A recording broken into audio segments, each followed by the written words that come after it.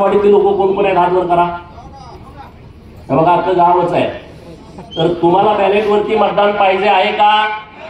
हात वर करून सांगा, तुम्हाला बॅलेट वरती मतदान पाहिजे आहे का? जोरात सांगा, पवाराला ऐकू गेलं पाहिजे, मोठ्यात बोला. नाही ना? ईव्हीएम वरती तुम्ही महायुतीच्या बाजूला मतदान केलंय का? कोणी कोणी केलंय हात वर करा. कोणी कोणी केलंय हात वर करा. जरा कळू द्या. हात जरा थोडा वेळ धरा.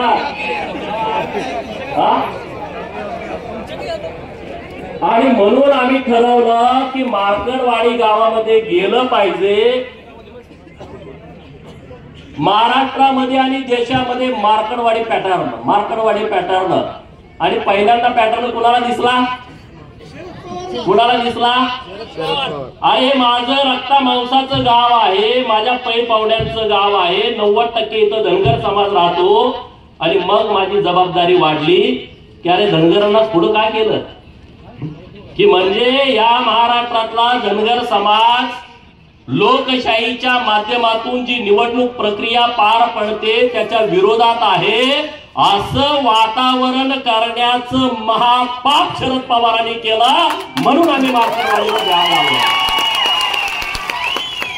अरे 100 शकुनी मेल्याच्या नंतर एक पवार जन्माला आलाय.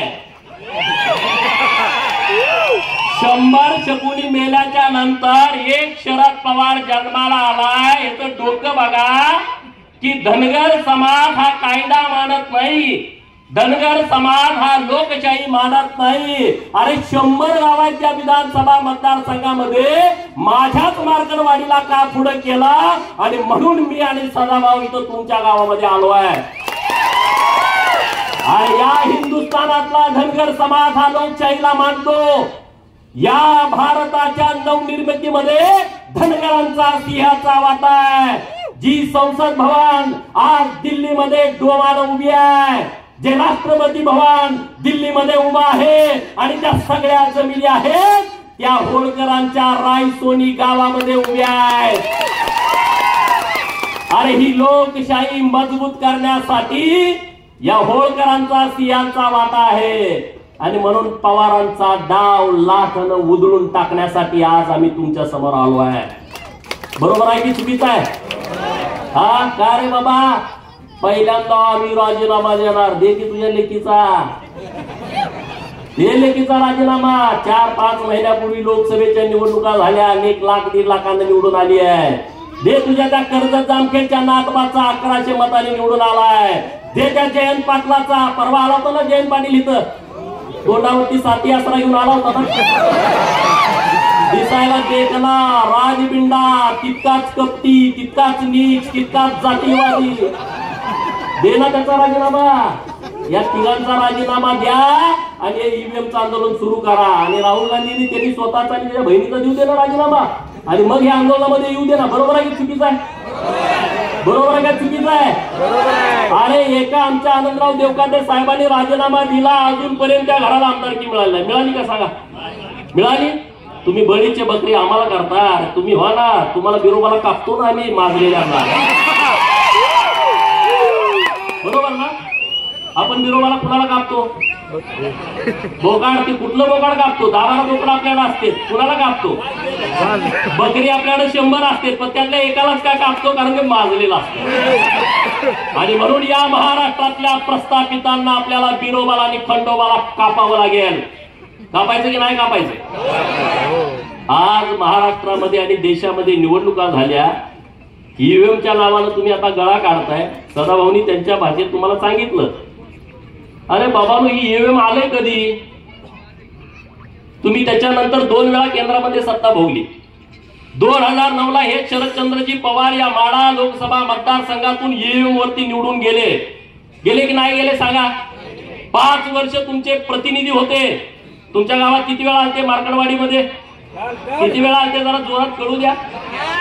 म्हणजे संधी साधायचा असला का हा माणूस कुठे येतो बघा. तुमचा प्रतिनिधी होता तेव्हा हा माणूस तुमच्या गावात आला नाही, एकदा पण आला नाही. अरे तुमच्या गावात काय, या माढा लोकसभा मतदारसंघामध्ये शेकडो गावात हे कधी गेले नाहीत आले. याला तुमचं काही देणं घेणं नाही आहे. यांचं कसं आहे, आमच्याच कोंबड्यांना बाग दिली पाहिजे आणि मगच उजाडलं पाहिजे. हा जो गेल्या 50 वर्षापासूनचा प्रयोग सुरू आहे तो प्रयोग आता त्यांचा कोंबडा देवाभाऊनी कापून खाल्लेला आहे. बरोबर, त्यांचा आता कोंबडा ओरडू शकत नाही आणि त्यामुळे त्यांच्या तळपायाची आग मस्तकात गेलेली आहे. आणि म्हणून ठरवलं की आपल्या लोकांशी जाऊन बोललं पाहिजे. समोर जे आंदोलन करतायत त्याही भावांना माझी विनंती आहे, अरे तुम्ही चुकीचा पायंडा पाडायला लागलाय. कुणासाठी तुम्ही आंदोलन करताय? कसलं आंदोलन करताय?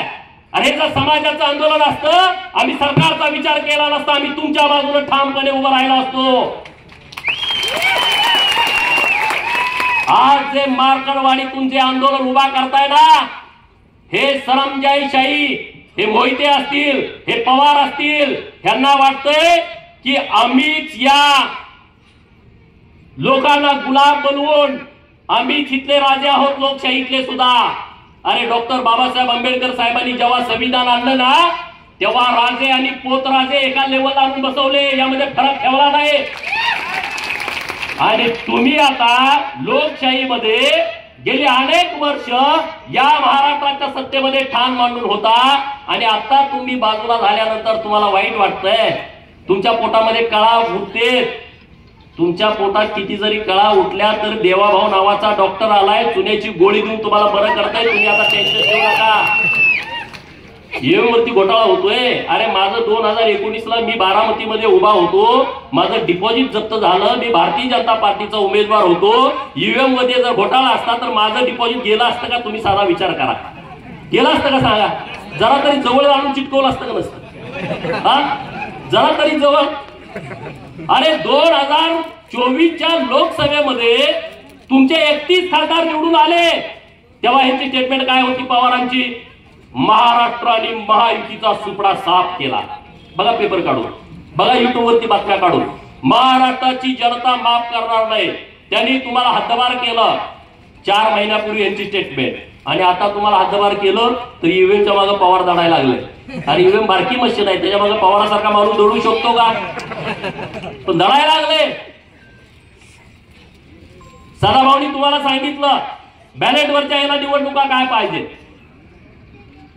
डॉक्टर बाबासाहेब आंबेडकर साहेब 1952ला लोकसभेला उभा होते, त्यांचा 14,000 मतांनी पराभव झाला आणि 74,000 मतं त्यांनी बाद केली होती. 74,000 मतं बाद. हे सगळे लोक काय करायचे माहिती का? तुमचं बॅलेटवर आहे, दुसरी टिक मारली, बाद झाला. चिठ्ठी गिळून खाल्ली, विषय संपला. चिठ्ठी पळवून दिली, विषय संपला. आता यांना यात हस्तक्षेप करता येत नाही. आज हे मीडियामध्ये काय सांगतायत की अमेरिकेमध्ये सुद्धा ईएम वापरलं जात नाही. किती खोटं सांगायचं बघा.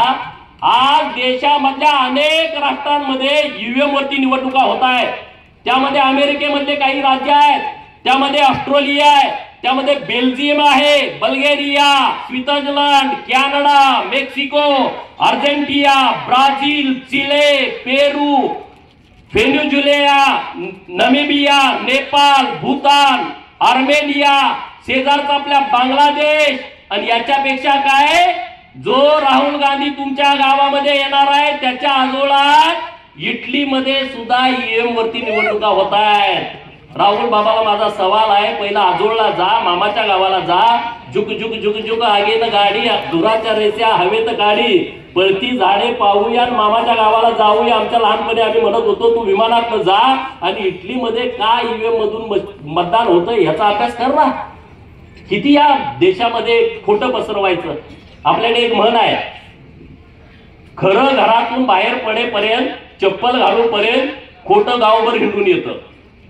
खरं घरातून बाहेर पडेपर्यंत, चप्पल घालेपर्यंत खोटं गावभर हिंडून येतं. महाराष्ट्रामध्ये आणि देशामध्ये तसं झालंय. नरेंद्र मोदी साहेबांचं खरं चप्पल घालून तर राहुल बाबाचं खोटं अख्खं देशभर पसरतंय.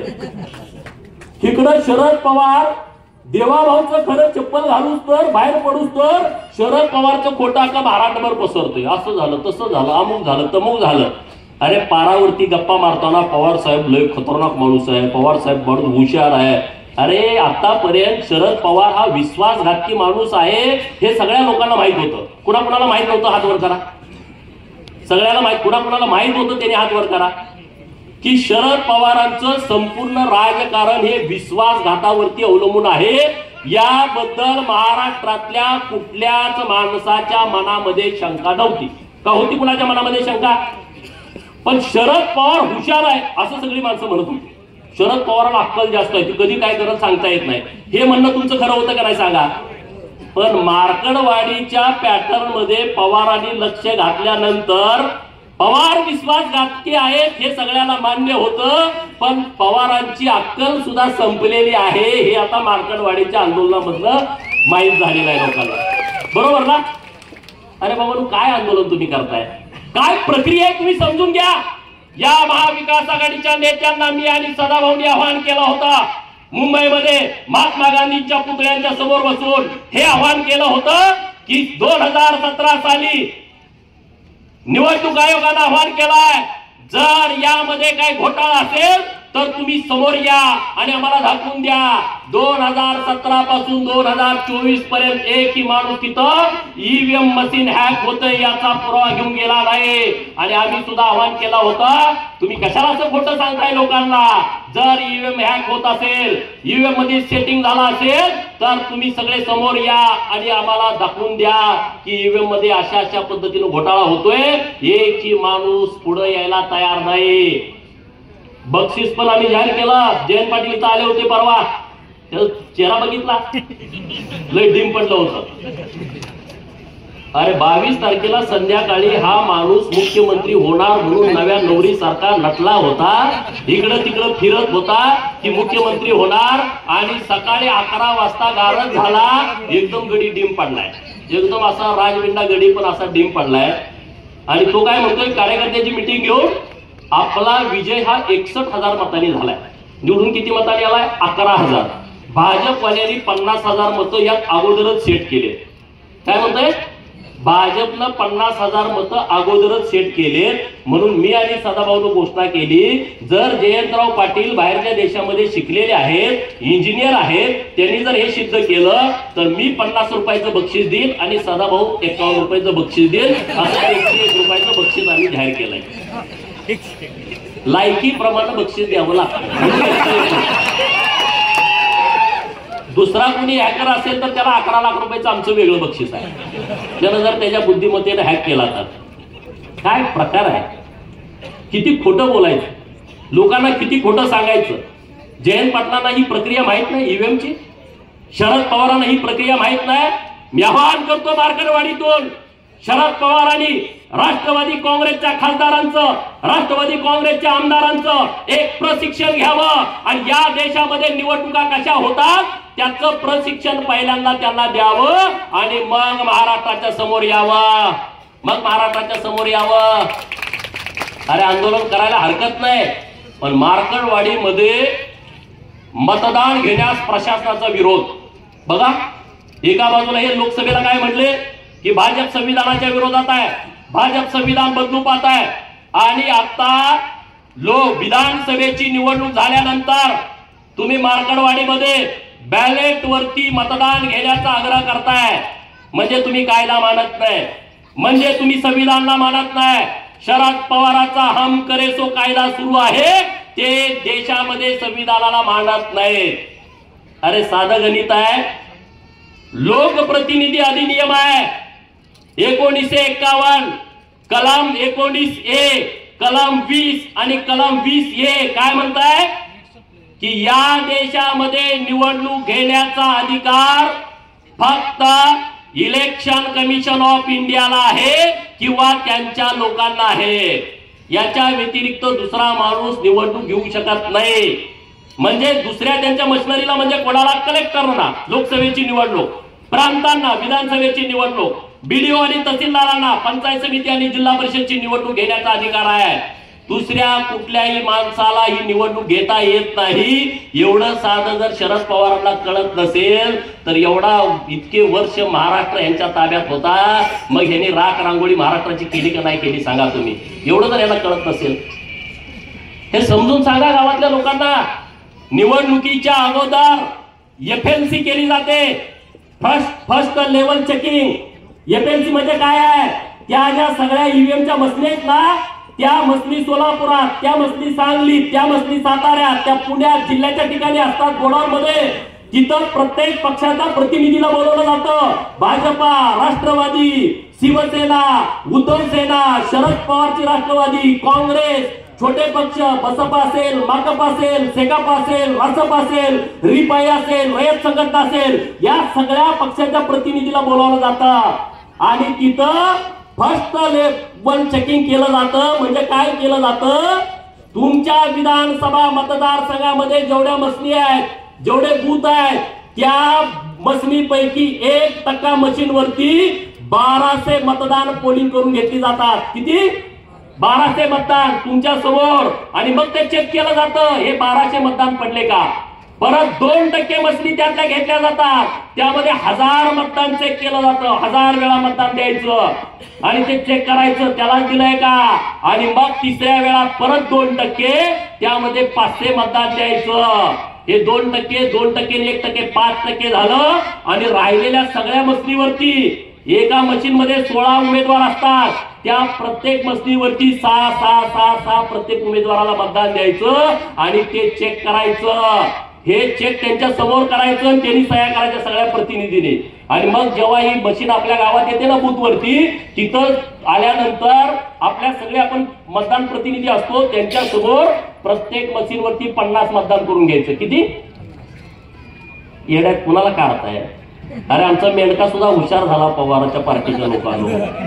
मेंढक्याला सुद्धा अक्कल आली, अरे उद्या आमचा मेंढका जर आमदार झाला तर तुमच्यापेक्षा चांगलं काम करू शकतो. पण तुम्ही लोकांची दिशाभूल करताय, लोकांना फसवताय, लोकांना खोटं सांगताय. पवारांना माझं आव्हान आहे, मार्कणवाडी पॅटर्न पवारांना का जवळचा वाटतोय. मी मीडियामध्ये पण सांगितलं, पवारांना अट्रॅक्शन मार्कणवाडीचं का आलं, राहुल गांधींना अट्रॅक्शन मार्कणवाडीचं काय येत आहे, तर त्याचं कारण मित्रांनो वेगळं आहे. नाना भाऊ आपले यायला लागले पाणी करायला, त्याचं काय वेगळं गणित आहे की या देशातली जनता नरेंद्र मोदी साहेबांना परत 2029ला पंतप्रधान करणार आहे. तुमचं काय मत आहे? तुमचं काय मत आहे? हे लोकमत आहे, बरोबर की नाही? बरोबर. नरेंद्र मोदी साहेब परत 2029ला पंतप्रधान होणार आहे. आता देवाभाऊ 5 वर्षासाठी महाराष्ट्रात मुख्यमंत्री झाले. किती जरी तुम्हाला वाईट वाटलं तर आता त्याला नाइलाज आहे. पवारांच्या पार्टीचं जातीवाद्यांचं म्हणणं काय होतं महाराष्ट्रातल्या माहित आहे का? महाराष्ट्रात महायुतीचं सरकार यायला नाही पाहिजे. बघा, पहिली यांची इच्छा मोहितेंची काय, महाराष्ट्रात महायुतीचं सरकार नाही आलं पाहिजे. महाराष्ट्रात जर महायुतीचं सरकार आलं तर भाजपचा मुख्यमंत्री झाला नाही पाहिजे. दुसरी इच्छा. तिसरी इच्छा काय, जर भाजपचा मुख्यमंत्री झाला तर देवाभाऊ झाला नाही पाहिजे. अरे आमचा मसोबा, बिरोबा, खंडोबा, धुळोबा, माकुबाई, नीनाबाई ही सगळे आमचे देव जागे आहेत रे. तिथला बहुजन जागा आहे गावगाड्यातला. गावगाड्यातल्या लोकांनी डोळं उघडून बघितलं की बाबानो हे देवाभाऊच का लागते, नरेंद्र मोदी साहेब का पाहिजे. ईव्हीएम हॅक केली, ईव्हीएम हॅक केली. होय, ईव्हीएम हॅक केली दिवाण सर, पण कुणी केली? लाडक्या बहिणीने हॅक केली. 1500 रुपये माझ्या बहिणीला दिले. सुप्रिया सुळे काय म्हणाल्या, 1500 रुपये काय होतंय? बातमी बघितली होती ना टीव्हीवर. 1500 रुपये काय होतंय? मी सांगितलं, चॅनेलवाल्यांनी मला विचारलं, ताई असं बोलतं की 1500 रुपये मध्ये काय होतंय. मी त्या चॅनेलवाल्यांना सांगितलं, हे 1500 रुपये मुंबईमध्ये ताज हॉटेलला बसून 1,500 रुपयाची कॉफी पिणाऱ्यासाठी नाहीत. हे 1500 रुपये ट्रायडंट हॉटेलला 1,000 रुपयाचा चहा पिणाऱ्यासाठी नाहीत. 2-3 लाखाचा गॉगल घालणाऱ्यांच्यासाठी हे अजिबात नाही आहे. ज्यांच्याकडे 1.5-2-3 लाखाची पर्स आहे अजिबात नाही. ज्यांच्या पायामध्ये 1.5 लाखाचा, 50,000चा, 1 लाखाचा उंची सॅन्डल आहे त्यांच्यासाठी नाही. लिपस्टिक वाल्यांच्यासाठी नाही. हे कुणासाठी आहे? मार्कणवाडीमध्ये जी माझी बहीण रानामध्ये काम करते आणि तिच्या अंगामध्ये ताप आला, कणकणी आली, थंडी आली आणि तिच्याकडे 50 रुपये इंजेक्शनासाठी नाही, त्या माझ्या बहिणीसाठी ही योजना आहे.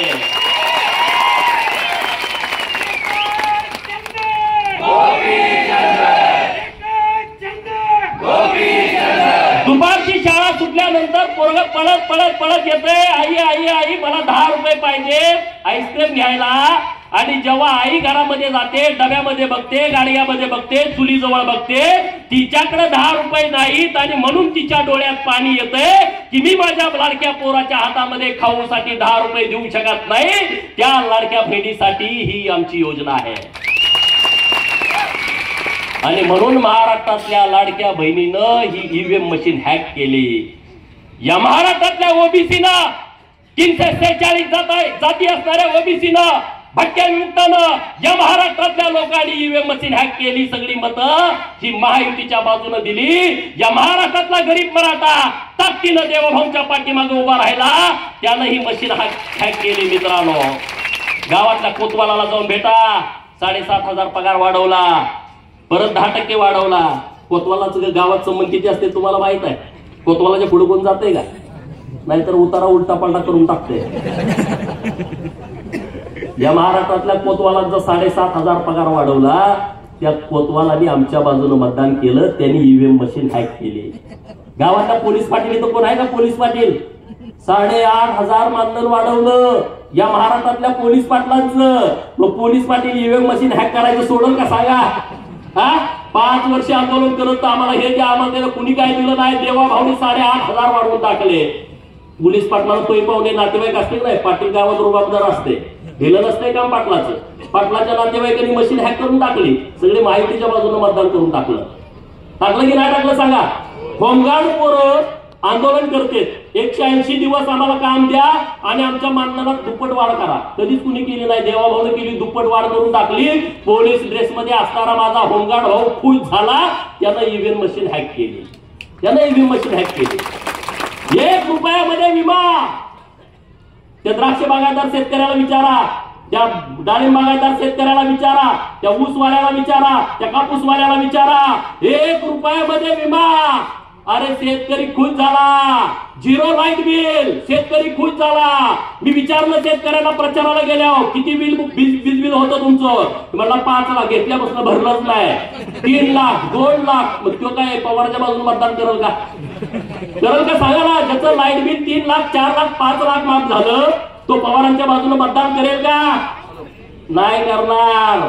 त्यानं ईव्हीएम मशीन हॅक केली. ही बोंबलत सुटले ईव्हीएम मशीनच्या नावाने. ज्या लोकांनी मशीन हॅक केली मित्रांनो, या राज्यामध्ये पहिल्यांदा मेंढपाळाला चराई भत्ता द्यायचा निर्णय सरकारने घेतलाय. जातोय ना मेंढराकडं, फॉरेस्टवाला म्हणतोय तुला येऊ देत नाही. म्हणलं राहू दे, येऊ देत नाही तर पैसे दे रान घ्यायला. आणि सरकारने निर्णय केला, एका मेंढपाळाला एका महिन्याला 6,000 रुपये, 4 महिन्याचे 24,000 रुपये. त्या मेंढक्याने ईव्हीएम मशीन हॅक केली. महाराजा यशवंतराव होळकर महामेश योजना आली आहे, त्या मेंढक्याला त्याचा लाभ होतोय. त्यानं तुमची ईव्हीएम मशीन हॅक केली आहे. या महाराष्ट्रातल्या गरीबाची पोरं प्रत्येक जिल्ह्याला 100 मुलं मराठा समाजाची, 100 मुली मराठा समाजाच्या हॉस्टेलला राहत आहेत. 100 मुलं ओबीसीची, 100 मुलं ओबीसीच्या मुली. त्या हॉस्टेल चालू केली. त्यांच्या आई वडिलांनी ईव्हीएम मशीन हॅक केली आहे. ही ईव्हीएम मशीन त्यांनी हॅक केलेली आहे. या महाराष्ट्रातल्या सगळ्या मुलींचं उच्च शिक्षण सरकारनं मोफत केलं. मेडिकलचं, इंजिनिअरिंगचं, B.Pharm, D.Pharm. त्या मुलीच्या आई वडिलांनी, आजोबांनी, पंजोबांनी ही ईव्हीएम मशीन हॅक केली का नाही सांगा? या देशातल्या महाराष्ट्रातली 73 मंदिरं आपल्या सरकारच्या माध्यमातून 60 वर्षाच्या वरचे जे आपले आई वडील आहेत त्यांच्यासाठी मोफत दर्शन सुरू केलं आहे. केदारनाथला जावा, अमरनाथला जावा, तुम्ही कुठे काशीला जावा. हे सगळं त्या भाविकांनी मशीन हॅक केली आहे. 50% सूट घेऊन ज्या भगिनीनं एसटीचा प्रवास केलाय, कुणी केलाय प्रवास 50% सूट मध्ये, काय माझ्या सगळ्या बहिणी आहेत, या बहिणींनी ती मशीन हॅक केलेली आहे. महाज्योतीच्या माध्यमातून या महाराष्ट्रातल्या ओबीसीची हजारो पोरं तहसीलदार झाली, प्रांत झाली, PSI झाली, DYSP झाली, कलेक्टर झाली, SP झाली. त्या बहुजनांच्या पोरानं, ओबीसीच्या पोराच्या आई वडिलांनी मशीन हॅक केलेली आहे. 22 पोरं महाज्योतीच्या माध्यमातून वैमानिक झाली. अरे पवाराला कधी कळलं होतं का? कुंभाराचं, सोनाराचं, सुताराचं, लोहाराचं पोरग वैमानिक झालं आणि त्याचा सगळा खर्च माझ्या सरकारनं महाज्योतीच्या माध्यमातून भरलाय. त्याच्या पै पाहुण्यांनी मशीन हॅक केली आहे. एक सांगू का, अनेक सांगू, किती गोष्टी तुम्हाला सांगू. या सगळ्या मशीनी हॅक झालेत का नाही? हे केंद्राच्या आणि राज्याच्या योजनेतून हॅक झालेल्या आहेत. आणि त्यामुळे तुम्ही नुसत्या बोंबा मारू नका. तुम्ही किती जरी बोंबा मारल्या तर त्याचा उपयोग होणार नाही. अरे मार्करवाडीचं आंदोलन झालं, आतापर्यंत शरद पवारांनी कारखाना हायजॅक केला हे मला माहित होतं. आतापर्यंत शरद पवारांनी रयत शिक्षण संस्था हायजॅक केली हे मला माहित होतं. सूतगिरण्या हायजॅक केल्या हे मला माहित होतं. यशवंत चव्हाण प्रतिष्ठान ते हायजॅक केलं माहित होतं. पण हा लबाड लांडगा मार्करवाडीचं आंदोलन पण हायजॅक करतोय याचं मला विशेष वाटलं. आणि तुमचं आंदोलन पण त्यानं पळवून नेलं. पवारांच्या नावावरती आंदोलन पडलंय. आणि म्हणून मार्करवाडीच्या सगळ्या लोकांना माझं आव्हान आहे, उद्या तुम्ही बसा. हे राजकारण जाऊ द्या बाजूला. हे विधानसभेचा विषय नाही आहे, हे माळशिरस तालुक्याचा विषय नाही. अरे महाराष्ट्राला चुकीच्या पद्धतीनं दिशा देण्याचा प्रयत्न, भारताला चुकीच्या पद्धतीनं दिशा देण्याचा प्रयत्न या मार्करवाडीच्या आडून केला जातोय. तो इथल्या लोकांनी खपवून घेतला नाही पाहिजे. हे चुकीच्या लोकांना तुम्ही खतपाणी घालताय. ज्यांची माती झाली आहे, ज्यांचं स्मशान वाटा झालाय, त्या लोक हे चुकीच्या पद्धतीनं आंदोलन हाताळताय. आणि मुंबईमध्ये बघितलं हे कसं आहे बघा प्रकरण. मार्करवाडीमध्ये प्रशासन गैरवापर करताय म्हणून आम्ही आमदारकीची शपथ घेत नाही. पहिल्या दिवशी तुम्ही बघितलं का? पहिल्या दिवशी काय केलं? आमदारकीची आम्ही शपथ घेत नाही. माझं दुसऱ्या दिवशी यांनी काय घ्यायचे सांगा? बरोबर ना? तुम्हाला हे पसंत नाही, तुम्ही ईव्हीएमच्या विरोधामध्ये आहे, तर तुम्ही पहिला राजीनामा दिला पाहिजे ना. तुम्ही पहिला राजीनामा देऊन टाका ना सगळेजण सरसकट. तुमच्या कुणाच्या तरी सांगण्यानं बॅलेट वरती निवडणुका होतात. आणि काय धर्मशाळा आहे का? कुणी पण सांगावं आणि कुणी काय करायचं? हे कायद्याचं राज्य आहे, हा कायद्याचा देश आहे. जे संसदेमध्ये चालतंय, जे महाराष्ट्राच्या विधानसभेमध्ये कायदे होतात त्या पद्धतीनं हा देश चालतो. पवारांनी सांगण्यावरून आणि त्यांच्या बगल बच्च्यांच्या सांगण्यावरून हा देश चालत नाही. राहुल गांधीच्या सांगण्यावरून हा देश चालत नाही. ज्यांना ही प्रक्रिया मान्य नसेल त्यांनी राजीनामे द्या आणि मग तुम्ही आंदोलन सुरू करा. नुसतं करंगळी कापून शहीद झाल्याचा आव आणू नका. ज्यांना कोणाला द्यायचं आहे ना, आज दिल्लीमध्ये तिथं सुप्रिया सुळेनी ओम बिर्ला साहेबांना जाऊन भेटावं अध्यक्षांना आणि तिथं तात्काळ राजीनामा द्यावा. ईव्हीएम वरती माझा विश्वास नाही आणि म्हणून मी राजीनामा देत आहे आणि मी माझ्या बाबाच्या सोबत आंदोलनात उडी घेत आहे. राहुल गांधी आणि प्रियांका गांधींनी ओम बिर्ला साहेबांना भेटावं आणि डायरेक्ट राजीनामा द्यायला. मीडियाच्या समोर काय राजीनामा देत आहे? आणि रोहित पवार, जयंत पाटील यांनी उद्याच्या उद्या कालच राहुल नार्वेकर साहेबांचे अध्यक्ष म्हणून निवड झालेले आहे, त्यांच्याकडे पहिल्यांदा जाऊन राजीनामा द्यावा. जर उद्या यांनी राजीनामा दिला नाही तर परत ईव्हीएमच्या विरोधात थोबाड उचकायचं नाही. बरोबर का? बरोबर का चूक आहे? तुम्हाला करायचं तर खरंच करून टाका ना. नाटक कशाला करताय? नाटक करू नका. तुम्हाला जे काम करायचं आहे ते तुम्ही एकदम बिनधास्त करा. मला एका मित्राचा सकाळी मेसेज आला आणि त्यानं असं त्यामध्ये लिहिलं होतं, मला महाराष्ट्रात मविआचे सरकार येईल अशी पवारांना होती आशा. महाराष्ट्रामध्ये मविआचं सरकार येईल अशी पवारांना होती आशा, परंतु मार्करवाडीकरांनी त्यांच्या तोंडात घातल्या माश्या. महाराष्ट्रात मविआचं सरकार येईल अशी पवारांना होती आशा, परंतु मार्करवाडीकरांनी त्यांच्या तोंडात घातल्या माश्या. पवारांच्या राजकीय जीवनाचा केला तमाशा, म्हणून पवार वाजवत आहेत ईव्हीएमचा ताशा. बरोबर ना? अरे अहमदनगरचं नाव बदललं, पुण्यश्लोक अहिल्यानगर केलं. मार्करवाडीच्या लोकांना काय आनंद झाला असेल का नसेल? झाला की नाही झाला? अरे मग त्यांनी मतं दिली असतील ना. मोहितेच्या विरोधामध्ये लढायचा डीएनए इथल्या लोकांचा आहे. सीताराम अण्णा वाघमोडेंच्या पासून एसवी अण्णांच्या पर्यंत आहे की नाही? आहे की नाही? म्हणजे काय लगेच बदल देत वैर? एवढे काय गुलाम झालो का आम्ही? हा, आमच्यात पण काय रग आहे की नाही? हा, रामभाऊच्या डोक्यात तोच विषय आहे, दुसरा विषयच नाही. हा, रामभाऊ प्रचाराची सभा असल्यासारखं ठोकूनच काढतो मोहितेंना. हा, अरे रामभाऊ सारखा पोरगा, माझ्यासारखा पोरगा, हे भाजपमुळे आमदार झालो आम्ही. आम्हाला केलं असतं का सांगा? हा, आम्हाला आमदार केलं असतं? अरे आमची शिफारस करायला माणूस नाही. जी कोण जाय ते उलटच सांगते, जी कोणी जाय ते उलटच सांगते. मला सदाभाऊ मी, आम्ही दोघच आहे. सदाभाऊ मध्ये गोपीचंदला कशाला नादा लागतोय मला म्हणत नाही, त्याला माहित आहे. अरे बाबांनो, रामभाऊने एक विषय मांडला की रणजितसिंह मोहितेने राजीनामा द्यायला पाहिजे. खरंच त्यांना जर लाज वाटत असेल ना,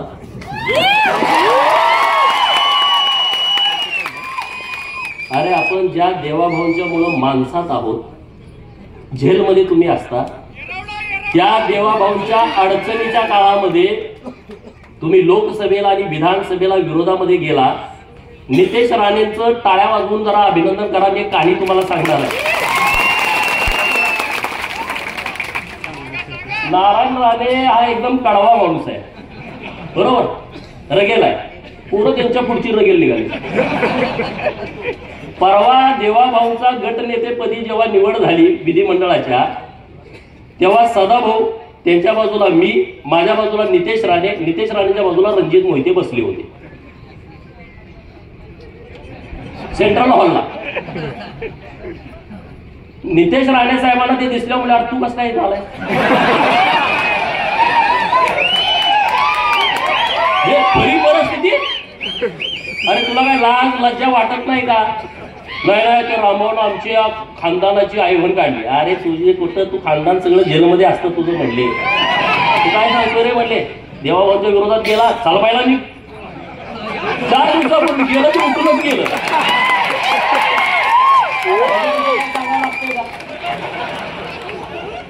सेंट्रल हॉलमध्ये जर कॅमेरा असेल, मला माहित नाही कॅमेरा आहे का नाही तिथं, पण तिथं जे झाडलं बाकीचे पण आमदार इकडे तिकडे कावऱ्या बावऱ्या बघायला. वाघाच्या पोटी वाघ जन्मले तशी ती आहे. ठोकून काढा. ते म्हणले देवाभाऊ आमच्यासाठी महत्वाचा आहे, कुठलं काय काढून बसलाय, घराचं बोलणं न्यायचं बोलणं. ही सगळी स्वप्नात होती. हे जे प्रस्थापित आहेत ना, प्रस्थापित नावाची जी जात महाराष्ट्रात आहे ना, त्यांच्या छाताडावरती नाचायला पाहिजे तुम्ही, आम्ही सगळ्यांनी.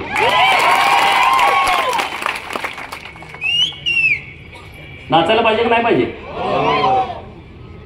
त्यांना असं वाटत होतं की आता आपलं कोणतं सरकार येते ना, आम्ही असं करून तसं करू. आता युक्ती मग आले. जयंत पाटलाचं कालचं सभागृहाचं भाषण ऐकलं का? 2019ला देवाभाऊंना पुन्हा येईन ह्याच्यावरती असा डिवचत होता का नाही? आणि काल स्वतःसारखा भाऊ 4 वेळा पाया पडले सगळ्यात तिन्ही पुढाऱ्यांच्या. किती वेळा? जयंत पाटील पडतंय ना, 4 वेळा लाचार झाले. मोहिते किरकोळ आहे हो, किरकोळ म्हणजे तुम्हाला माहिती आहे किरकोळ झालंय. पूर्वीसारखी परिस्थिती नाही, त्यामुळे जास्त बोलण्यात काय पॉईंट आहे असं मला वाटत नाही. कारण ह्या लोकांची सवय काय, आमचं पोरगं जरी जन्माला आलं तर ते आमदार झालं पाहिजे. आणि आम्ही किती बी इकडं 20-20 वर्ष काम केलं. त्यांचं काय, ह्यांना लॉटरी लागली म्हणते. अरे लॉटरी, अरे आमच्या अंगावरती अजून पोलिसांनी मारलेले वळ गेले नाही 2007, 8, 9चे. हा, त्या जयंत पाटलाला मी जेव्हा अडवलं होतं तेव्हा आमच्यावरती लाठीचार्ज झाला होता. ती पोलिसाकडं प्लॅस्टिकची काठी आहे ना, पोलिसाकडं लय वाईट आहे. ते मारल्यानंतर 1 तासानं कळते कातळ गेलं. पुण्यश्लोक अहिल्या देवीची जयंती होती त्या दिवशी, आणि अचानक मी तिथं मंत्र्यांना बंदी घातली होती. टेंबूचं पाणी जोपर्यंत येत नाही तोपर्यंत मंत्र्यांनी यायचं नाही. जयंतरावला जरा कंट होता. अचानक हेलिकॉप्टर उतरवलं. मी तासगावात गेलो होतो, मला कळाला आलाय. लगेच गाडी वळवली, 5-50 पोरावरती अडवून टाकला. अडवला का पोलिसांनी लाठीचार्ज केला. आणि परत आम्ही त्या जयंतीच्या कार्यक्रमाला गेलो, किडेविसरी तालुका सांगोल्याला. आणि तिथं कोंबडवाडी म्हणून गाव आहे, तिथं गेल्यावर चंचा लागलं. अरे सगळ्यांना म्हणलं बघा काय काय झालं, पॅन्टावर गेल्या तर कातडच नाही, सगळं रागात. अरे आम्ही संघर्ष केलेले लोक आहोत, आम्ही संघर्ष करून इथं आलोय, आम्हाला काही लॉटरी लागलेली नाही. आमच्या घरात पोरग जन्माला आलं तर आमचा नामकरणाचा कार्यक्रम कसा असतो?